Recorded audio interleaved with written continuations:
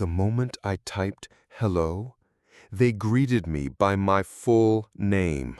Not my username, not the fake identity I thought I had carefully set up. No, it was my real name. The one on my driver's license, the one I hadn't dared use anywhere online. At first, I thought maybe it was a glitch or some weird coincidence. But then more messages poured in, one after another like a chorus of voices waiting for me. Welcome back, full name. We missed you. How's life in my city? I froze. My stomach dropped so fast it felt like I'd stepped off a cliff. That name, that city, those weren't things I'd ever shared, not here. I'd only just stumbled into this chat room while chasing rumors about art corners of the internet. A bored late-night impulse, the kind that starts with curiosity and ends with something you wish you could unsee. I was just another sleepless idiot scrolling through forums, following breadcrumbs from post to post.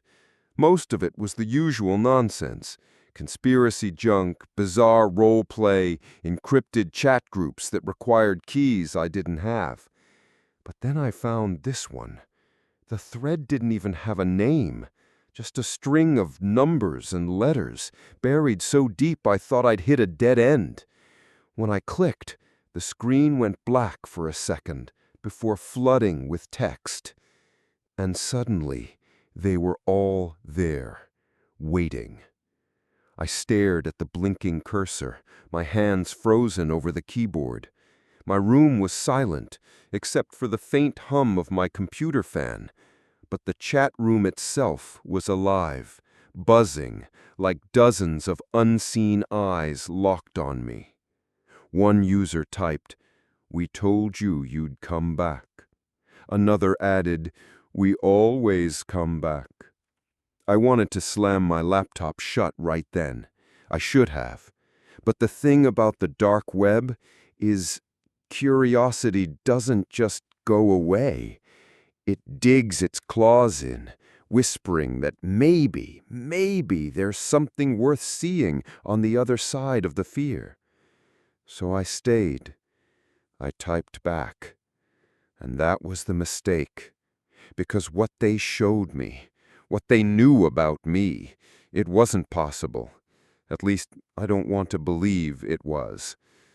I'm telling you this now not because I want to relive it, but because you need to understand there are places online where your name, your secrets, even your thoughts aren't your own.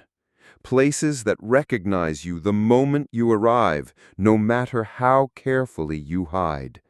And what I saw in that chat room, it's something no one should ever see, not even once. But before I can explain what happened there, how they knew me, why they were waiting for me, I need to take you back to the night that led me here. It was just curiosity, just one link too far. That's what I keep telling myself when I try to explain why I did it, why I sat there in the glow of my laptop screen at 2 in the morning, scrolling deeper and deeper into places I had no business being. Normally, my nights weren't like that. I'd waste time on YouTube, half watching videos I'd already seen, letting algorithms spoon-feed me whatever nonsense it thought I wanted. Or I'd boot up some old game, zoning out while the hours slipped away. Harmless, boring, safe. But that night, the usual distractions didn't work. Everything felt dull, flat, like eating food without taste. My friends weren't online, my phone was silent, and the silence of my room pressed in heavier than usual. I wanted something different. Something that would jolt me awake. So I went looking. It started innocently enough. A few forums, threads about hidden sites, and layers of the net nobody talks about. I'd read things like that before and always laughed them off. Half of it was role play, the other half was straight-up lies. But the more I clicked, the stranger it got. Broken links, pages filled with symbols I couldn't understand, entire threads that would appear for a second and then vanish as if someone had pulled them down mid-sentence. And then there were the whispers. People kept mentioning something called mirror rooms, or sometimes just the rooms. The way they talked about them didn't sound like normal chat rooms. They weren't just places to talk. They were places that talked back. One post stuck with me. Some anonymous user wrote, "If you're dumb enough to keep digging, you'll find one eventually. Don't. They'll already know who you are before you even say a word." At first, I thought it was nothing more than internet creepypasta. Some edgy kid trying to scare people. But the way others replied, short, nervous, often deleted minutes later, made me feel like maybe there was more to it. I remember staring at one reply that lasted only seconds before disappearing. "They knew my scars. How could they know my scars?" That line hooked into me like a fishhook under the skin. I couldn't let it go. The deeper I went, the more wrong everything felt. The sites weren't like normal websites. They glitched, lagged, shifted under my cursor. A simple forum thread would loop back on itself, refreshing endlessly until something different appeared. New posts, new warnings, like the site was alive and rewriting itself in real time. Still, I kept going. That's the stupid part. I told myself I was just exploring, that I wouldn't go too far. But you don't get to decide that once you've started. The deeper you go, the more the path decides for you. At some point, I found a gateway. It didn't look like much, a blank page with a single hyperlink in the center. No description, no flashy design, just one line of text. Enter room. My finger hovered over the mouse. I could almost hear my own thoughts arguing. "Don't click. It's nothing. It's a scam, a virus, a trap." But then another voice whispered, quieter, darker. "What if it's real? What if you're right at the edge of something no one else gets to see?" That's what did it. The fear of missing out. The gnawing itch that maybe, just maybe, I was seconds away from proving all those whispers true. I laughed to myself, nervous, shaky. "It's just curiosity," I muttered. "Just one link too far." And then I clicked. The screen went black instantly, like my computer had died. My heart stopped with it. For 3 long seconds there was nothing. No cursor, no sound, no escape. I thought I'd bricked my laptop or unleashed some horrible virus. But then, just as suddenly, the screen came alive again. Text began to appear, line by line, faster than I could read it. A rush of usernames, symbols, messages in languages I didn't understand. It wasn't like joining a forum or a Discord server. It was like stumbling into a party that had already been raging without me, except the party was silent, hostile, watching. And then I realized something chilling. The moment I appeared, the messages slowed. The chaotic scroll of text halted, like dozens of conversations freezing mid-sentence. The room noticed me, and in that frozen silence, a single message appeared in the middle of the screen. "Welcome."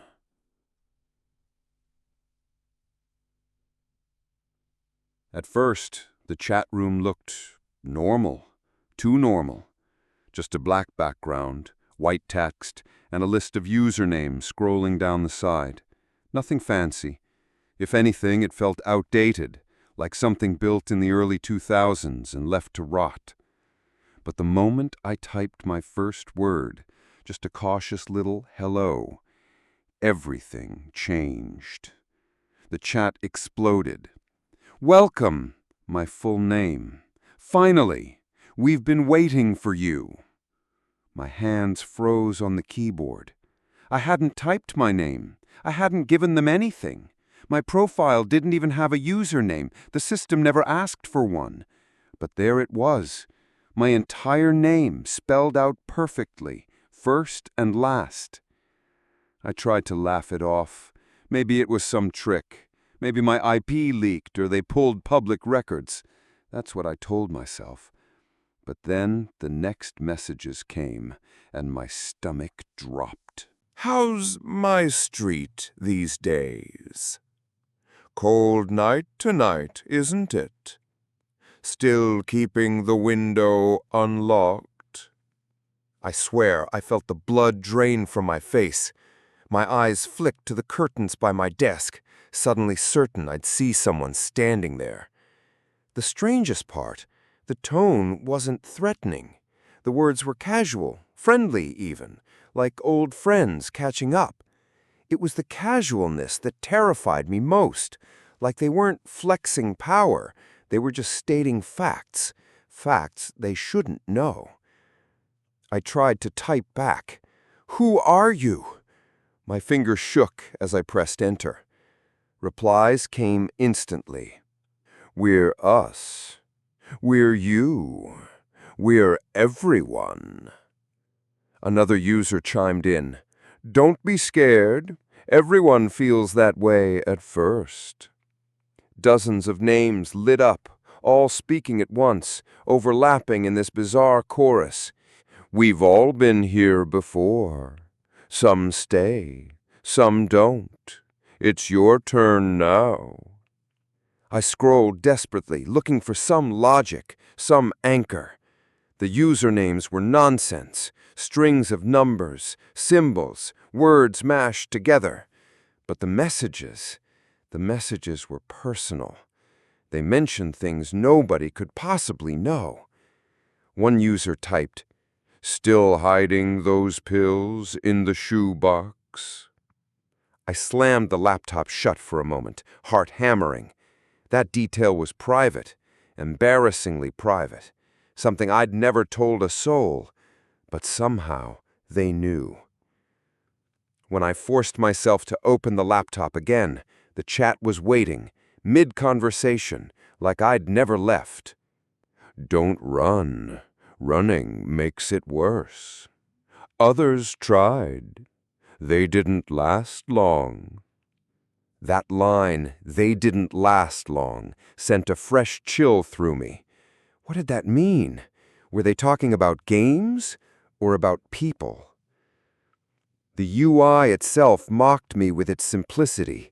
Just a blank chat box, nothing else. No icons, no fancy design, the kind of interface that should have felt boring, even nostalgic. But instead, it felt suffocating, like all that white text was pressing in on me, crowding the screen, crowding my mind.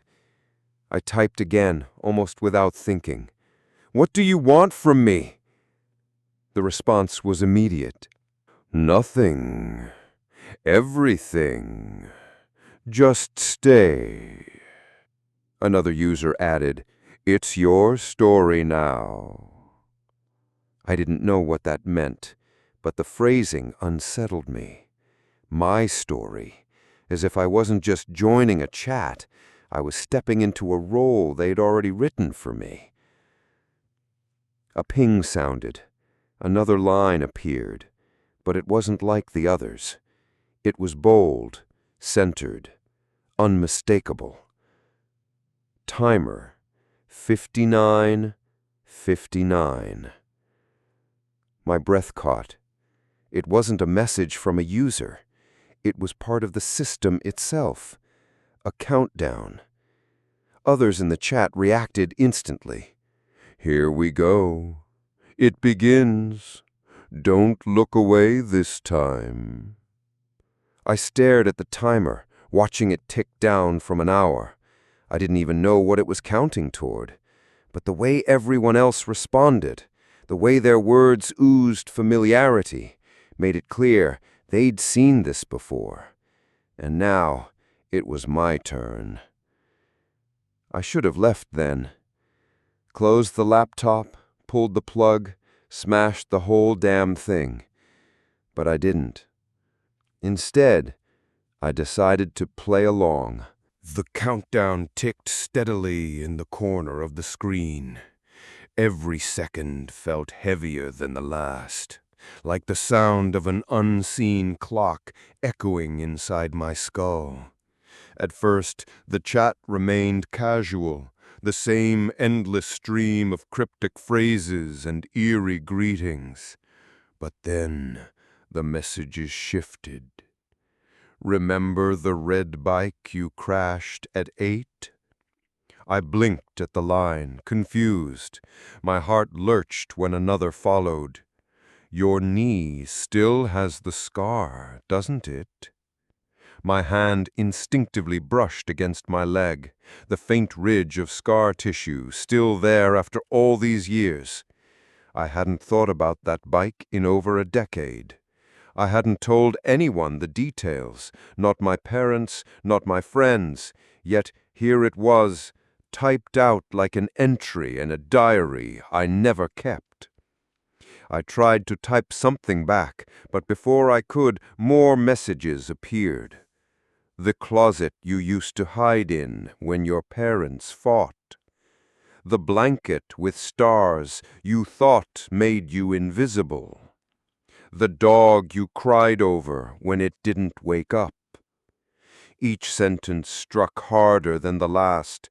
These weren't just memories, they were private moments buried deep in my mind. Moments so personal I had almost forgotten them myself. My phone buzzed suddenly. I grabbed it with shaking hands.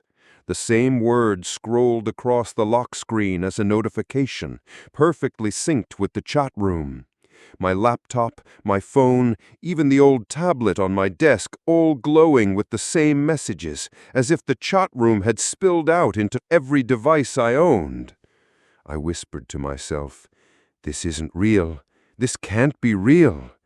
But the devices disagreed. My phone lit up again.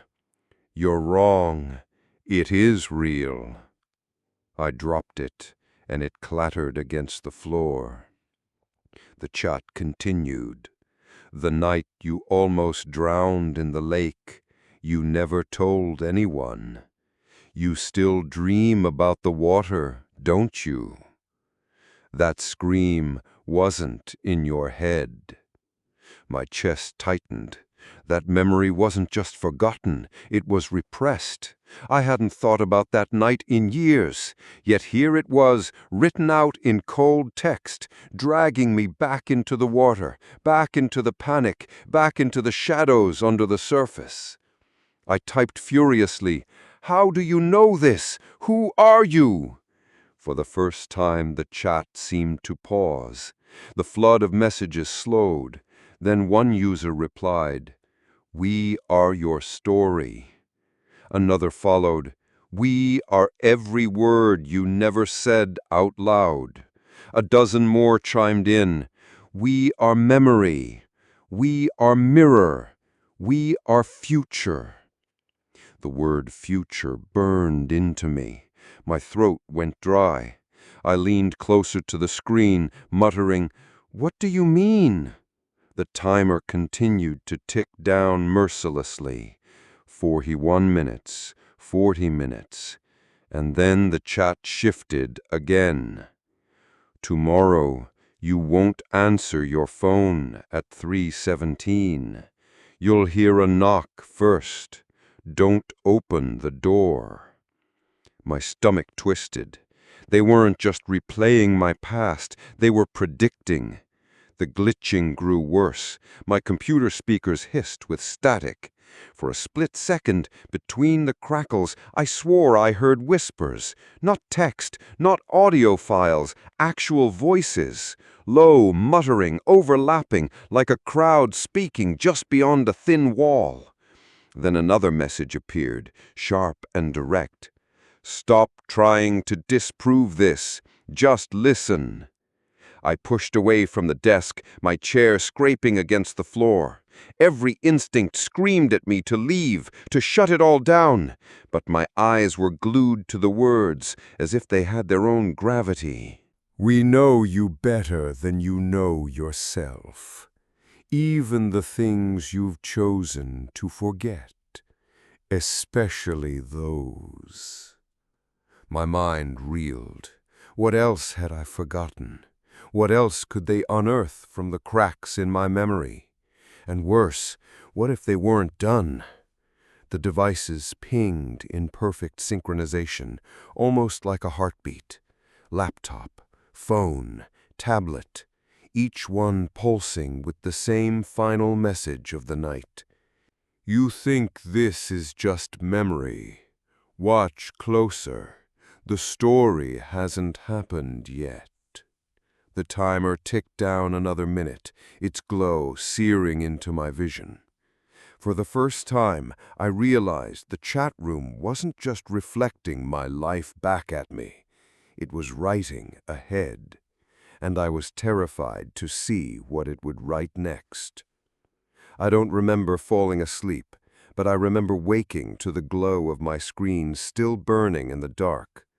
The chat was quieter now, like a beast sleeping after feeding. Messages scrolled in slow, deliberate bursts instead of frenzied floods. And buried among them, a single link appeared. No username attached, just a plain gray message. If you're reading this, you might still have time. The words chilled me. Against every instinct, I clicked the link. A plain text document opened. Black background, white letters. At the top, it read, "The rules of the room." I swallowed hard and began to read. Rule number 1, don't answer when they call your name. I frowned. That was vague. Who was they? The chat room? Something behind it? I scrolled further. Rule number 2, don't log out after midnight. A prickle ran down my spine. I glanced at the clock on my taskbar. 11:47 p.m. The words felt more like a warning than advice. Rule number 3, never type your fear. My breath hitched. My cursor hovered over the text box in the chat room, almost daring me. What would happen if I did?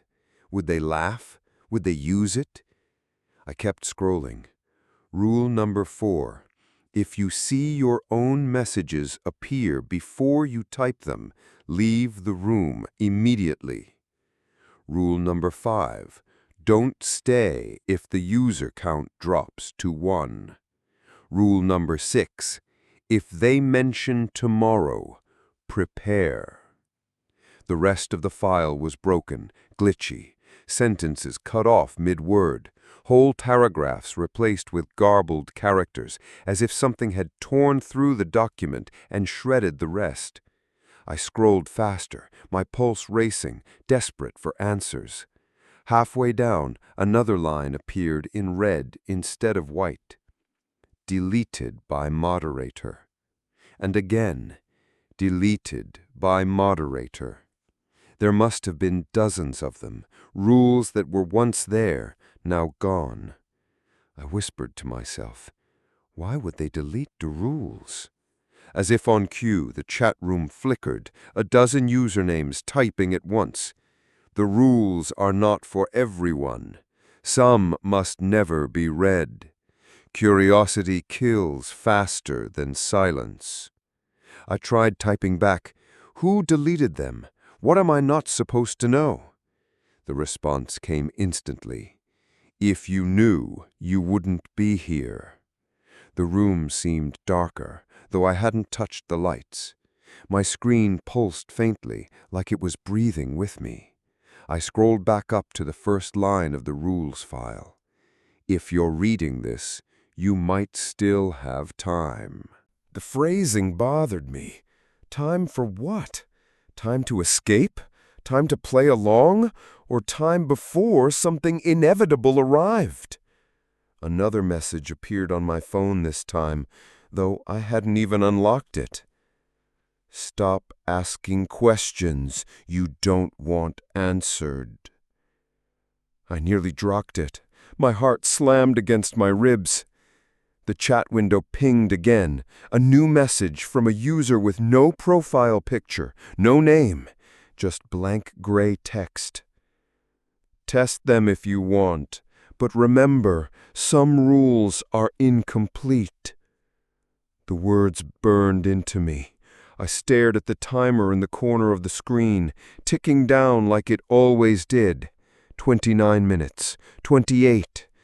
And for the first time, I considered what it might mean to break a rule. What would happen if I typed my fear, if I logged out after midnight? I didn't know, but a darker question pressed harder. What if I already had?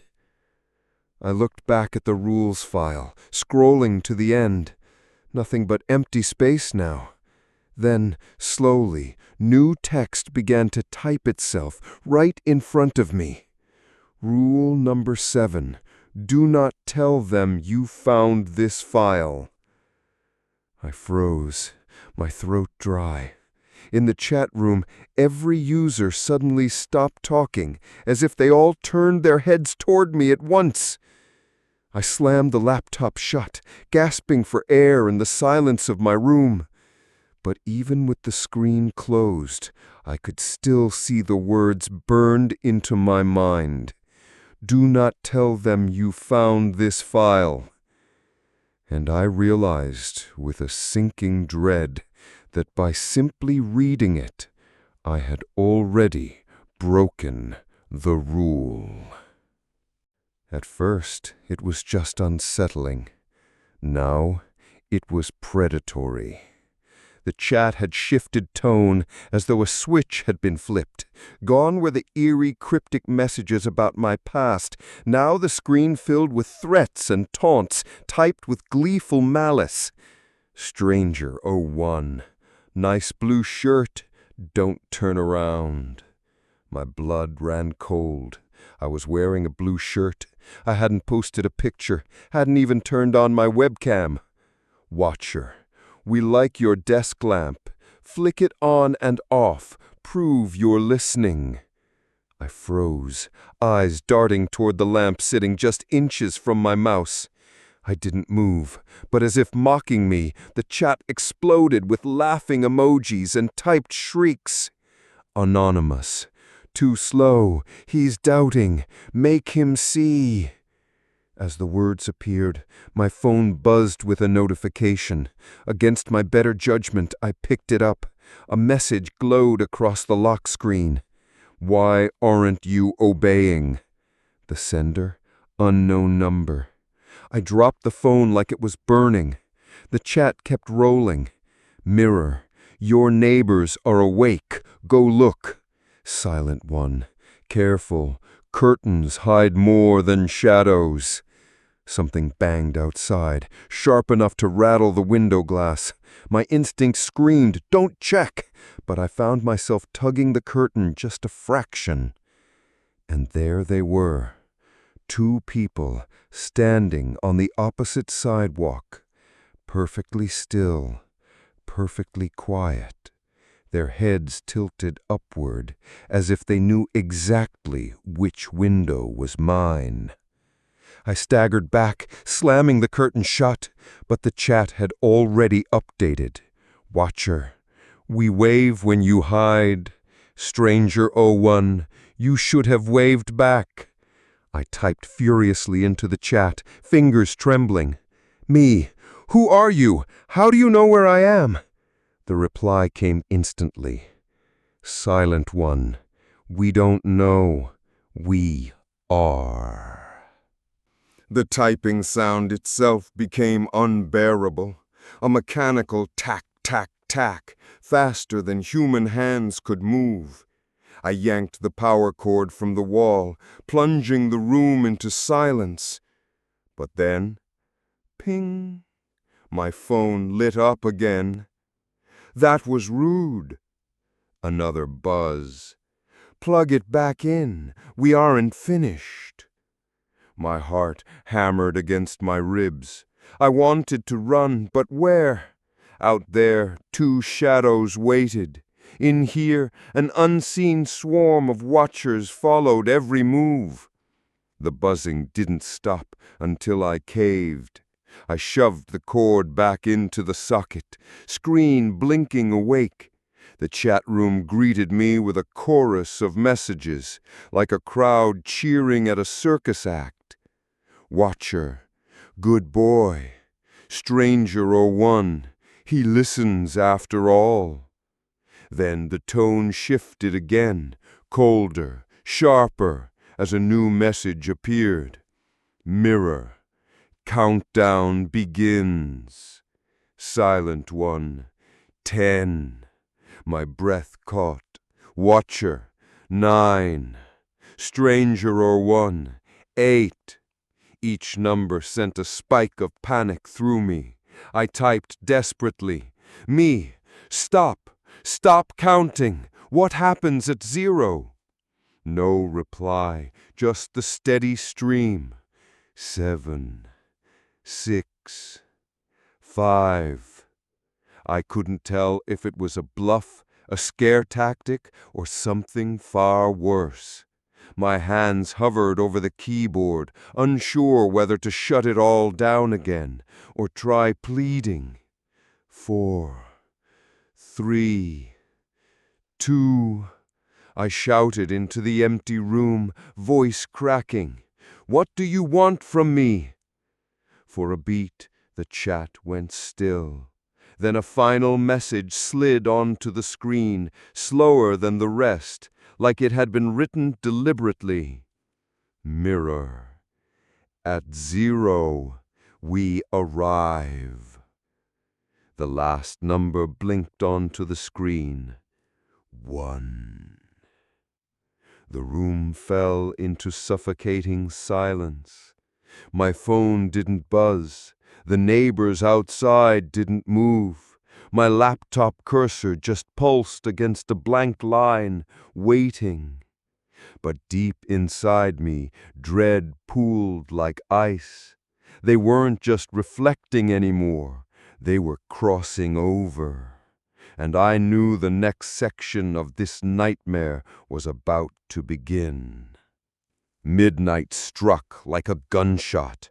My laptop screen burst alive, even though I hadn't touched a key.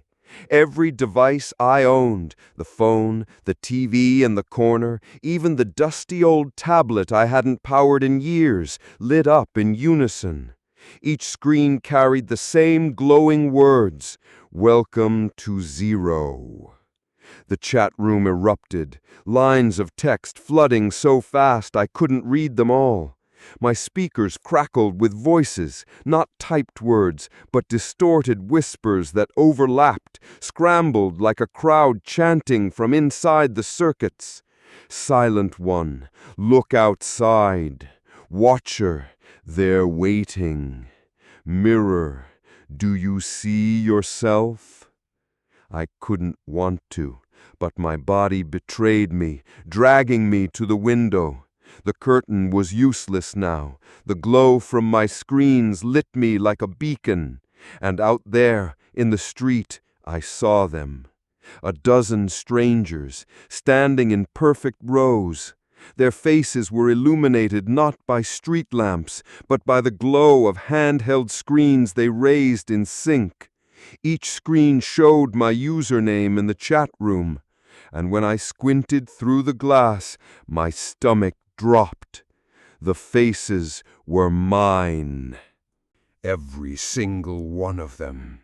Same eyes, same crooked scar on my chin from that bike crash when I was 8. Same tremor in the jaw when I tried not to scream. I stumbled back, gagging. The devices inside flickered harder. Words bled into images, images into reflections. My own face stared back at me from every screen, but not still, not passive. They moved independently, mouths twitching, eyes darting. A dozen versions of me laughing, sneering, whispering things I couldn't quite hear. The chatroom text kept rolling. Stranger '01, you were never alone. Watcher, we are what you gave us. Silent one, your fear is the password. I grabbed my phone, intending to smash it, but the glass rippled under my hand like water. My reflection pressed up from the inside, palm to palm, grinning. I dropped it, and the reflection kept grinning on the cracked screen. Then the laptop speaker screamed. Not a voice this time, but static that rattled my skull. Behind it, a phrase repeated in chorus, "Let him in, let him in, let him in." The countdown hadn't been a bluff. 0 wasn't an ending, it was an invitation. Suddenly, the air in the room grew heavy. The reflections leaned closer, pressing from the other side of the glass screens, their noses flattening as though the barrier between us was softening. One of them mouthed the words in perfect sync with the chat. "Don't fight, you're only fighting yourself." The shadows outside moved. My doubles lowered their glowing screens and began to step toward my door. Perfectly synchronized, perfectly calm. I panicked. I yanked drawers open, searching for anything, a weapon, a tool. My hands closed around a pair of scissors, ridiculous against what felt like an army of me. The laptop flared white, and a single message appeared in massive text, filling the screen. Admin, cut the thread. Was it a trap or a chance? My head spun. Cut the thread. I looked at the scissors in my hand. Thread, connection, internet cable. Heart hammering, I lunged to the wall and slashed the Ethernet cord. Sparks spat. The screens went black for a single blissful heartbeat. And then they came back. All of them. Only now, the reflections weren't behind the glass anymore. I saw them in the room. Distorted versions of me, pale and flickering as if carved from static. Their mouths opened and closed with no sound, their movements jerky like corrupted video files given bodies. One of them lunged, and I felt its cold hand brush my shoulder, thin as smoke, but heavy as stone. I swung the scissors wildly, slicing through nothing, but the thing recoiled, glitching like a skipped frame. The others laughed, my laugh, but twisted. Silent one, don't be scared. You asked to see us. I stumbled back against the desk. I screamed, "What do you want from me?" Every screen answered at once. All. We want to finish what you started. The walls rippled, my room stretched like elastic, corners warping, ceiling bending down as though the whole space was folding in on itself. I could see multiple copies of me, millions, stretching into infinity, each trapped in their own glowing box. Some were banging against their screens, others sobbing, some already smiling in surrender.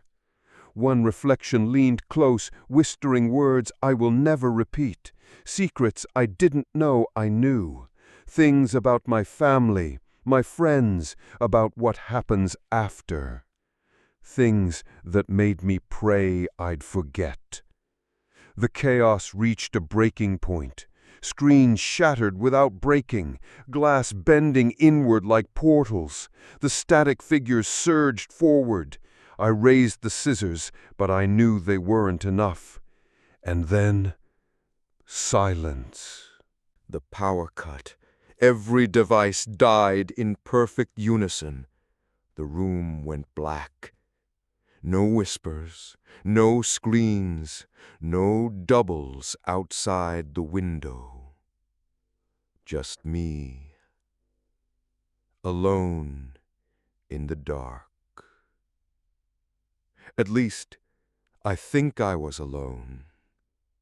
Because in the silence, the faint glow of my laptop power button still pulsed, and with each pulse, it felt like something inside it was breathing. My hands shook as I groped around the blackness of my room. The silence pressed down on me, heavier than the static ever had. Every instinct screamed that I had to end it, cut the signal, smash the gateway, sever whatever thread tied me to them. So I did what felt natural. I grabbed the scissors and went berserk. The laptop was first. I brought the blades down again and again until the keys flew like teeth across the floor. I snatched my phone and slammed it against the wall. Once, twice, a third time until the screen was nothing but fractured veins of light before it died. The old tablet followed, then the TV. I ripped cords from sockets, smashed remotes, reduced my room into a junkyard of dead technology. When I stopped, chest heaving, the silence was absolute. And for a moment, it was bliss. The air no longer vibrated with whispers. No more flickering faces, no more reflections moving when I didn't. Just the dim moonlight, creeping through the curtains, laying everything bare. For the first time in hours, maybe longer, I believed it was over. I even laughed, though it sounded more like a sob. It was just a nightmare. Some glitch, some freak hallucination. That's when I saw it. Not on a screen this time, on the wall. A faint glow like phosphorescent paint, spelling out letters I didn't want to read. Hello again. My breath hitched. I backed away, but the letters smeared across the wall, rearranging themselves like something was writing inside the paint itself. You can't break what isn't yours. No, I whispered. No, I smashed everything. You can't. The bathroom mirror rattled. I turned toward it in time to see words carving themselves into the condensation that hadn't been there a moment ago. Nice try. The letters dripped like blood. I stumbled backward, tripping over the shattered husk of my phone. The cracked screen flickered back to life, though no battery remained. The words pulsed across the fractures. We are offline now. I froze. That was worse than anything. Offline? They didn't need the net anymore? The static came next, not from devices, but from the TV speakers that I knew I had ripped apart. A low hiss filled the room, and through it came whispers, louder this time, sharper, and underneath them my name, over and over. Then scratching on paper. I turned slowly.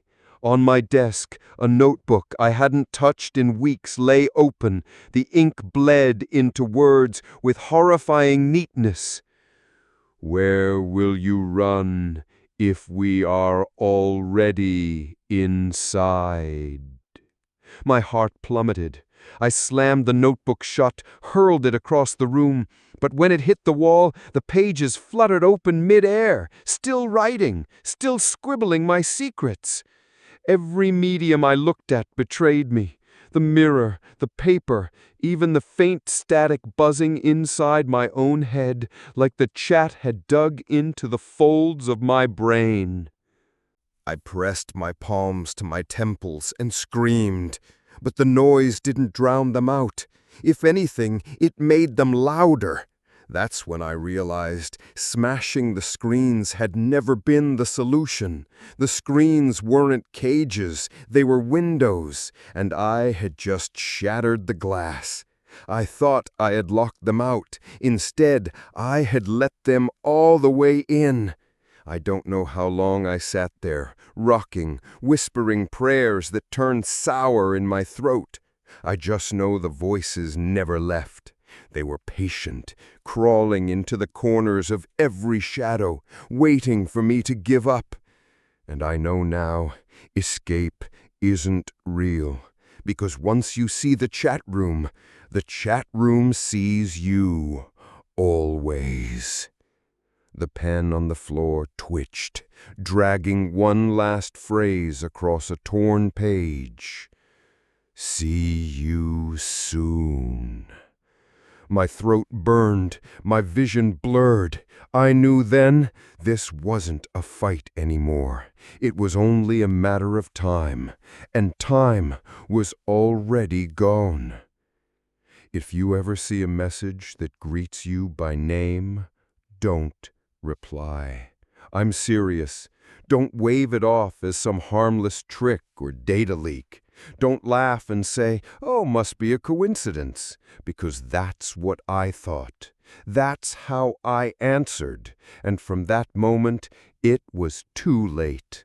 I wish I could tell you this story had a neat ending, that smashing my devices, unplugging everything was enough. But you've already heard what happened. They don't live inside the screens. The chat room isn't some place you log into. It's a net, a web stretched over all of us. You touch it once, and it vibrates forever. And maybe, just maybe, you've touched it now. Think about it. You've listened to my words. You've pictured the glowing text, the whispers, the rules that never made sense. That's all it takes sometimes. Exposure, awareness, a seed in your head. Because the chat room doesn't need you to join. It just needs you to know it exists. Have you ever seen a username in a forum that felt like it was watching you? Ever had a notification pop up that vanished before you clicked it? Ever heard your phone buzz when it wasn't even turned on? If you're nodding right now, you might already be part of it. I can't promise you safety. I can't promise you escape. All I can do is warn you. Don't answer when they call your name. Don't type back. Don't feed it. Because the moment you do, you stop being an observer and become a participant. And participants don't last long. So tell me, have you seen it too? Have you ever stumbled across a chat that shouldn't exist? Drop your theory below. Maybe it'll help someone else, or maybe it'll just let them know you're here. Either way, the tread doesn't end with me. It never does. Because the chat room is still active, right now, somewhere, waiting for the next curious click. And if your screen flickers tonight, if a window opens you didn't touch, if you see those words glowing back at you, hello, your name, just remember, I tried to warn you.